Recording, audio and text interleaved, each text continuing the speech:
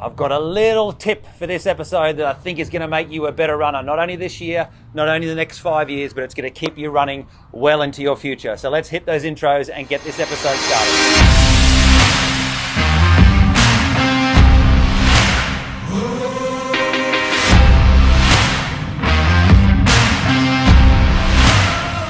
Okay, welcome to episode 3 of season number 3 for Why I Run TV. Now, this episode, of all the episodes that we've made, is the one that I'm really looking forward to you guys sinking your teeth into, because I think this is the biggest lesson that I've learned in my entire running career. So I've been running for close to 30 years as a runner through high school and through university and then into my adult life. And there was a particular phrase that I heard quite often coaches start to talk about, which I didn't really understand because I was brought up as a track and cross-country runner through high school. So our training sessions were basically 10 to 15 reps of 400 or repeats of 800s or repeats of 1K. And it was basically a policy of go as fast as you can until you drop. So probably about 10 years ago, I started to hear coaches talk a little bit about running slow in order to run faster.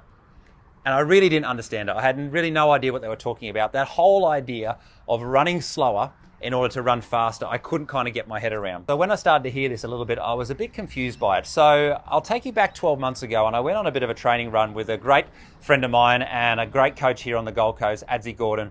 And I said to him, what do you think is the benefit, or what is all this stuff that I'm hearing about running slower or running at a low heart rate? What is it all about? And he advised me about 12 months ago that that was the secret to me becoming a better runner. So that's what this episode is all about. It's about running at low heart rate and the benefits of running easy during your training session.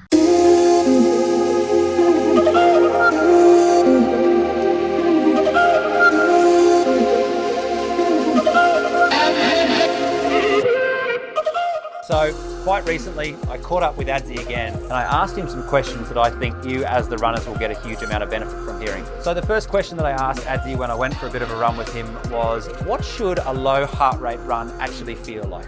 And particularly if we don't have a watch or a heart rate strap or something that can tell us numbers, what should it actually feel like when I'm out there running at an easy pace or a low heart rate pace? We have a great saying, and there's comfortable, uncomfortable threshold, or breathless, right? So if you can genuinely have a conversation that is going backwards and forwards with somebody else, then you are pretty close to being sitting in that exact pocket where you need to be while you are jogging. So jogging gives you the great chance to be able to practice run form, accumulate miles, get more efficient in that threshold. So then when you do tap into an aerobic threshold, you can go longer and stronger with less fuel. So that's the epitome, right? So the thing that I really got from Adsy in that particular response from him about low heart rate running was the idea that it should be a conversational pace.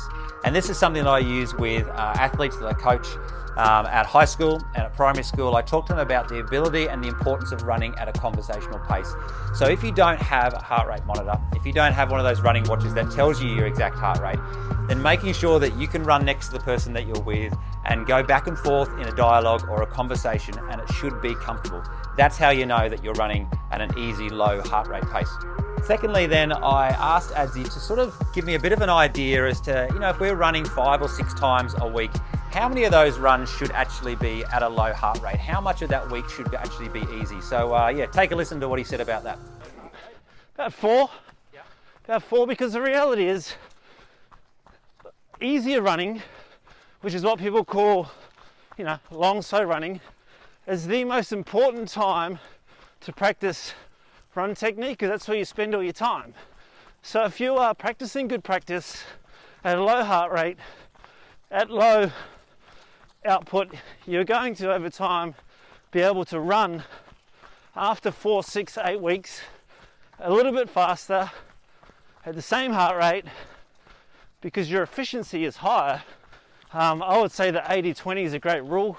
80% of the distance?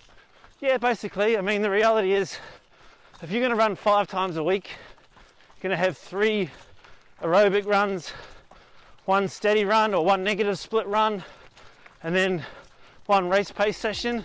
So again, listening to Adsy's response there, the thing that I really picked up on was the fact that he said it's that 80%, 20%. 80% of your weekly mileage or your weekly kilometers should be done at a very easy pace. Now that doesn't matter if you're running 30 kilometers a week or whether you're running 130 kilometers a week. You want to keep that 80% at a very easy, low heart rate, conversational pace. And the other 20% is when you can do your speed work or your tempo work or your fast finish long runs and things like that. Next, I asked Adsy, what are some of the dangers of running too hard too often? Something that I did many, many years ago. So I said, what are some of the pitfalls that we're going to come across? What are some of the things that are going to happen to us as a runner if we go too hard too often in our training session?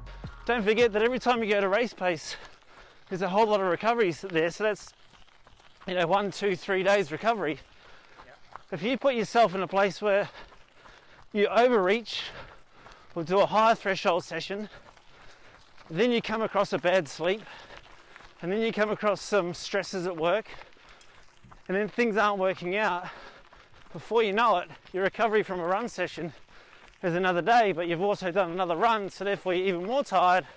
Now, unfortunately, you snowball your ability to be able to lay a good training because your body is in catch-up mode. So an amateur athlete, sure, they might do all the training, but everything else in their life is probably not going to match that. So it's about being aware to where you are in your recovery with your training, and that you ensure that you speak to your coach. So from those answers from Adsy, I picked up on the fact that if we overreach too often in training, if we go too hard, then we're going to take a longer time. We're going to need a much longer time to actually recover and to refresh.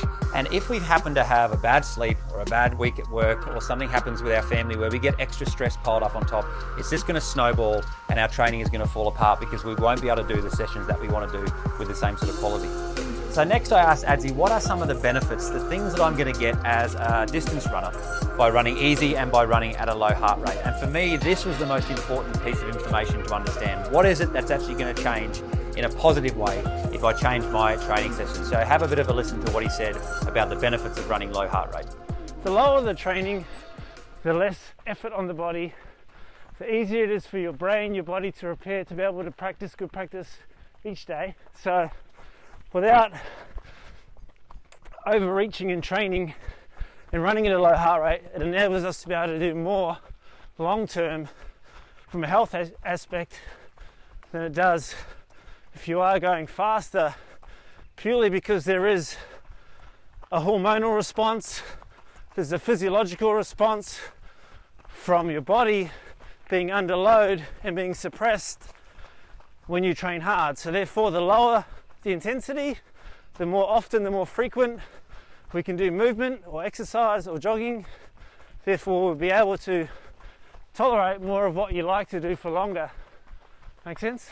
Like, I actually encouraged a good friend of mine about a year ago to start running a little slower, and then a year later he's now reaping the benefits. So I wouldn't be in a hurry to change, but all you are is changing your efficiency in metabolism to metabolize fuel at a higher octane. So therefore you should make sure that you're aware that it's going to be a process of a year, maybe longer.